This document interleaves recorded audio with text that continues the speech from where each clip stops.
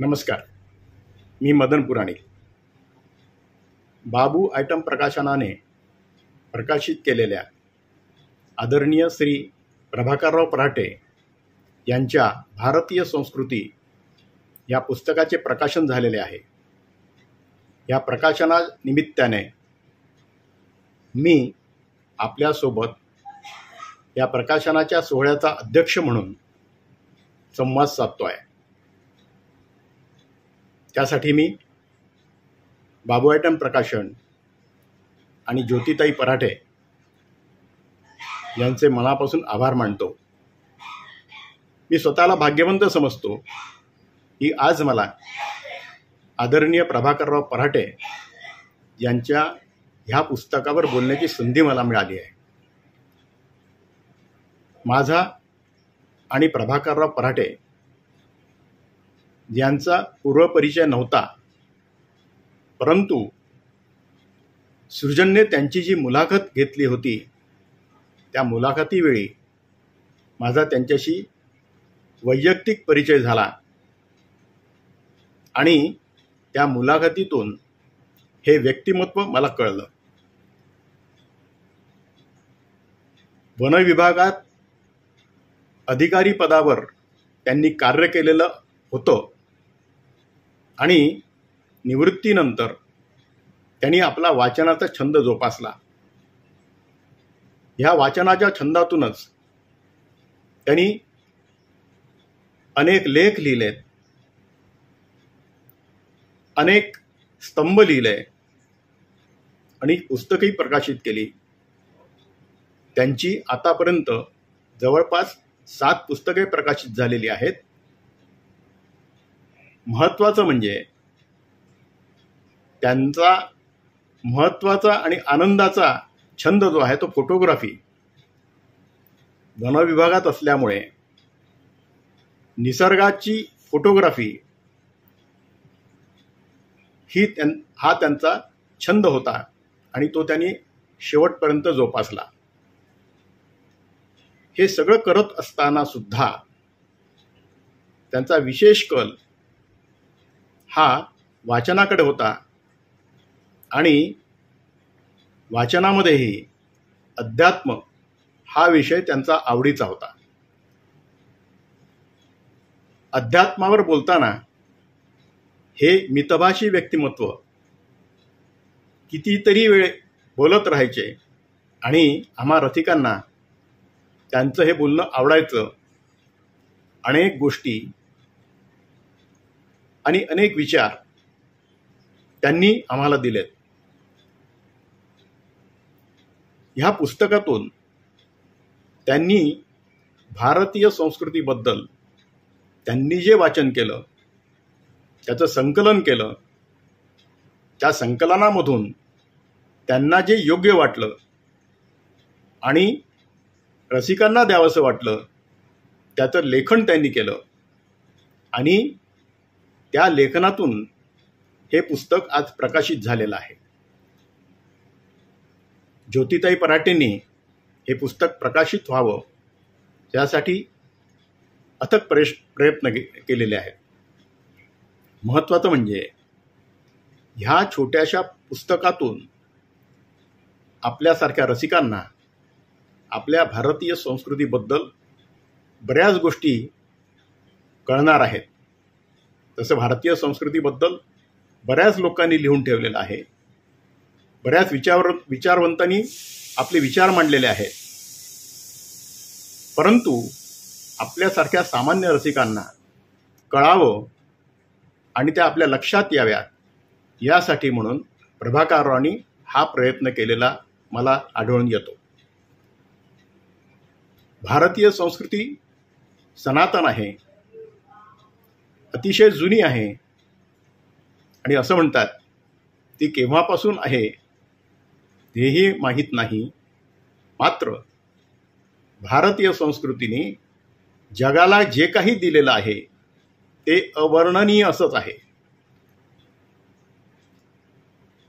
आपल्या संस्कृतीने दिलेले 4 वेद, भगवद्गीता, उपनिषद ही सर्व खरं म्हणजे जगाला दिलेली देणगी आहे. अनेक लोकांनी त्यावर अभ्यास करून, त्यावर विचारमंथन करून अनेक पुस्तके लिहिलेली आहेत. ती कदाचित आपल्या वाचनात आलेली असतील. खरं तर भारतीय संस्कृती ही हिंदू संस्कृती मानल्या जाते. परंतु भारतीय संस्कृतीमध्ये जेवढी सर्वसमावेशकता आहे तेवढी कदाचित इतर संस्कृतीमध्ये आपल्याला दिसत नाही. त्यामुळेच भारतीय संस्कृतीकडे अनेक देशांचं लक्ष आताशा जायला लागलेलं आहे. ती आपली वाटायला लागलेली आहेत. त्याचा अभ्यास करावा असं प्रत्येक देशातील नागरिकांना वाटायला लागलेलं आहे. आपली भगवद्गीता जी आहे, ती भगवद्गीता ही जशी आपल्या भारतामध्ये वाचल्या जाते, त्याचं मनन केलं जातं, चिंतन केलं जातं, त्याचप्रमाणे भगवद्गीतेवरचा अभ्यासक्रम हा आता परदेशातही होऊ लागलेला आहे. तेथील विद्यार्थी भगवद्गीतेचा अभ्यास करतात. आपल्या संतांनी आणि थोर व्यक्तिमत्वांनी या भगवद्गीतेवर भाष्य केलेलं आहे, आपले विचार मांडलेले आहेत आणि त्यामधून आपल्याला अनेक संस्कार दिलेले आहेत.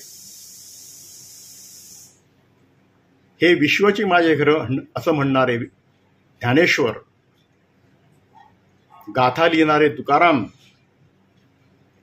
गीता रहस्य लिहिणारे लोकमान्य टिळक आणि आपल्या आईला कळावं म्हणून अगदी साध्या सोप्या भाषेत लिहिणारे, गीताई लिहिणारे विनोबा भावे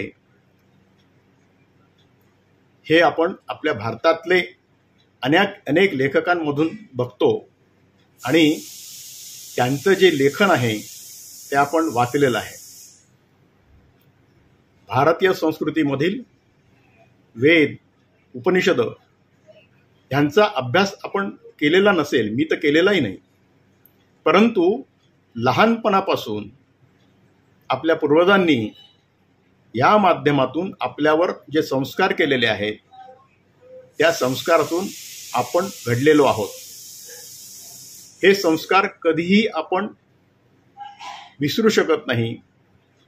ते आपल्या मनावरून पुसल्या जात नाही.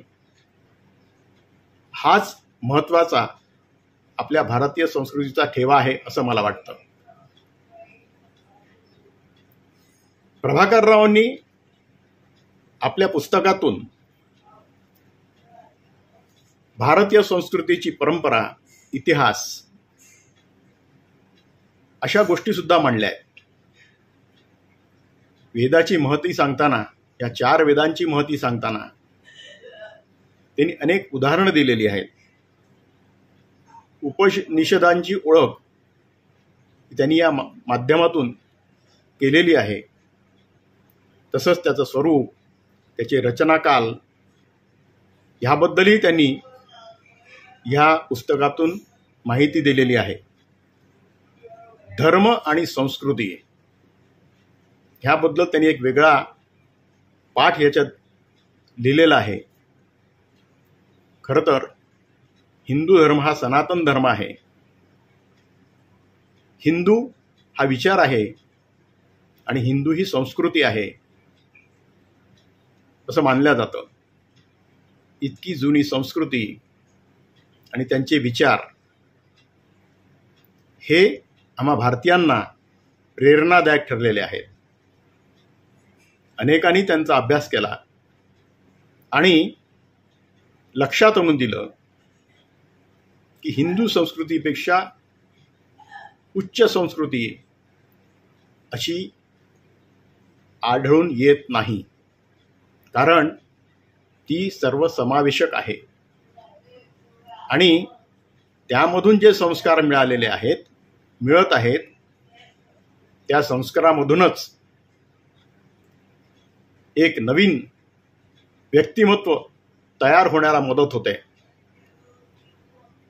भारतीय संस्कृतीची अनेक वैशिष्ट्ये आहेत आणि ती छोट्या छोट्या लेखनातून प्रभाकररावांनी मांडली आहेत. त्यांनी आतापर्यंत 7 पुस्तके प्रकाशित केलेली आहेत आणि त्या 7 पुस्तकांमधून त्यांनी आपले विचार व्यक्त केलेले आहेत. त्यांचा छंद फोटोग्राफीचा, त्यात त्यांना पुरस्कारही मिळाले आहेत आणि ह्या पुस्तकांना सुद्धा त्यांना पुरस्कार मिळाले आहेत. वन विभागात अधिकारी असताना त्यांच्या कार्यकर्तृत्वाचा आलेख सुद्धा चढता झालेला आहे आणि त्यातही त्यांनी अनेक पुरस्कार मिळालेले आहेत. खरंच असं व्यक्तिमत्व आमच्या चंद्रपुरातलं व्यक्तिमत्व म्हणून आम्हाला अभिमान आहे. या माध्यमातून नवीन पिढीला आपल्या भारतीय संस्कृतीबद्दल